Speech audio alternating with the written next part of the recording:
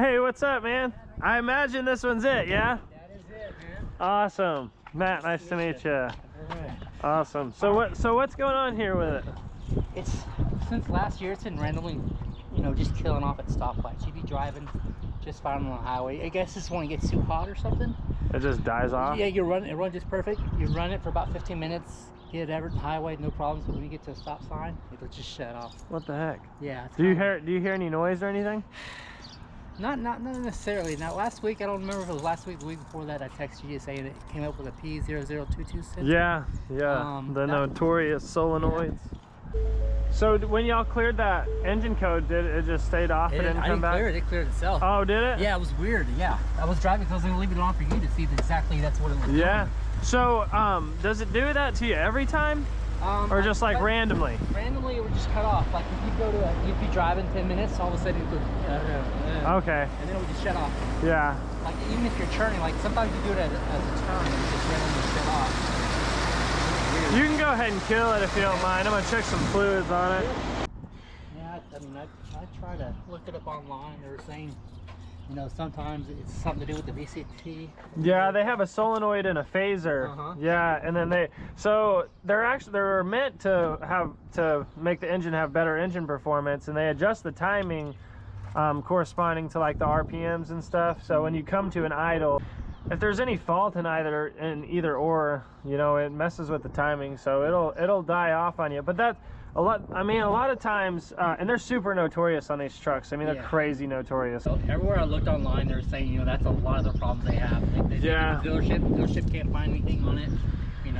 They don't know what's going on. Yeah, and because they can be super spotty. Yeah, they can be super spotty. But yeah, that code, man. I mean, I'll go ahead and check everything. You always want to like check your oil level, check the grade of it, if it's dirty, the quality.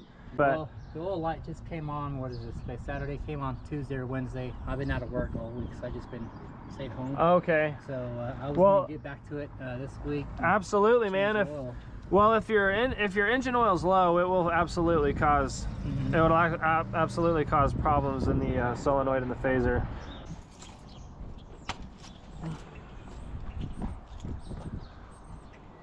Oh yeah, you're crazy low. Look at this. All right, so I'm gonna wipe it clean. We're empty. I'm gonna dip it back in there. I didn't see any on the dipstick.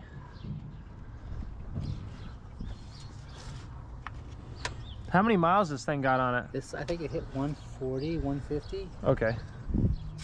Yeah, I just got back from Oklahoma City last weekend. Yeah, so you were right there on the tip. Oh, so yeah, we were definitely low. Yeah, extremely low. Due for change. Let me peek underneath and see if you got any leaks, because that's really low. You can smell it. Oh, how cool. Is that a 10? Bro, that's a 10. That is awesome, dude. It's always handy. That is incredible, man. I've never seen one of those on a keychain. Oh, yeah. Yeah, that's awesome. Let's see if I got any antifreeze on it. Yeah. Do you have any oil for this thing? Yeah, if you've got some oil in it, or if you got some, I didn't bring any 520 with me. Yeah, that's some coolant. Okay, cool. I don't have any oil on me. You don't have any oil? Yeah, I don't have any oil. I usually take it, to a place. Yeah. One of those places. Well, because of how low it is, man, I don't want to sit here with the live scan on it and run a diagnostics on it with it being that low. I would recommend just right after this, if you're able to, go get that oil change. So there's Advanced Auto Parts right here on the corner. Yeah. So I can just go get some. Yeah, absolutely. But if you're that low, dude, I would just do a complete oil change. Yeah. Okay. Yeah, I'd do an oil change. But I mean, if you don't have the money for an oil change, then yeah, absolutely at least get a couple quarts and put in there, because yeah, you definitely don't want to be, man, they'll freaking, as soon as those phasers get bad, they're bad. You know what I mean? Like, there's no bringing them back to life. You know what I'm saying? So yeah, you definitely want to, I would want to do a live scan on it. I just don't want to run it how I need to, because it's going to be making the engines exactly what you need. Well, I'll be doing tests on it, so it'll be making the engine do high RPMs and low RPMs. It's going to be making the engine function pretty heavily, so I don't want to, it's really low on oil. I don't want to have any faults or anything like that, you know what I mean?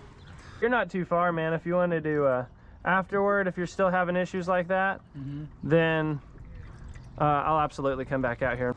Like I said, though, I'm going to check your wiring to it, and I'm still going to run a Still gonna pull a scan on it. Typically though, I don't get anything unless an engine light's on. Yeah. Yeah, that's the bad thing. I've taken to both Ford dealerships that I've seen here in Tulsa, and they're just like, you know, since it's not having a code, you really can't tell what's going on with it. Yeah. I mean, the only thing I can do at that point is run live scan. Solenoid wiring looks good. Unfortunately, the phasers are a timing component. Yeah, that's what I've seen it on video, and I was like, oh man, Yeah, I've done a bunch of them. I mean, it's not hard. They actually even have kits that will help you keep the engine aligned still with the timing chain and everything else.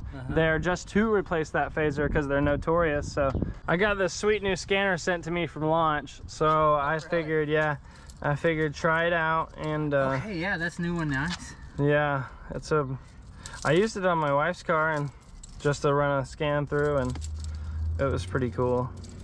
It gives me the option to print you off a diagnostic sheet, which my other ones don't do, which I thought was freaking sweet. Nice. That's for you. Oh, thanks, man. Yeah, these I think $6 off the TikTok shop. Oh wow. You can put your little 1/4-inch, you know, drives on them. Oh, that's sick, dude. Yeah, they're pretty handy, man. I use them for my work all the time. That's awesome, dude. I'm for sure gonna use it. Yeah. You never know when you need a test. Hell yeah, man. I appreciate it, buddy. Man, this scanner's pretty sweet. So it shows I got 6 different issues here. It's still loading. Oh, really? Yeah, so even with no engine light on, it's still... That's awesome, dude. Yeah. From here, yeah, that's pretty nice. If I knew what the hell any of that meant.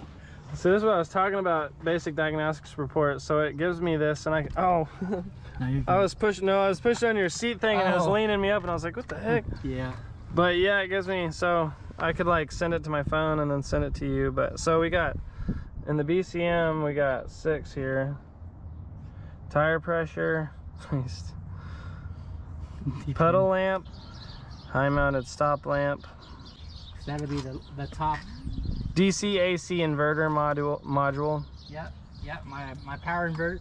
Like I got this from the Ford dealership off of like 31st or 41st in Sheridan. Yeah. And it has an inverter to charge, like, cause it has an AC outlets. Yeah. It stopped working within a week. It was a used vehicle. Oh yeah. And I tried to take it to them to fix it. I was like, hey man, what's going on? It's like, we don't know how to fix it. We don't know what's going on. We don't see anything wrong with it. So yeah, I have no idea on that.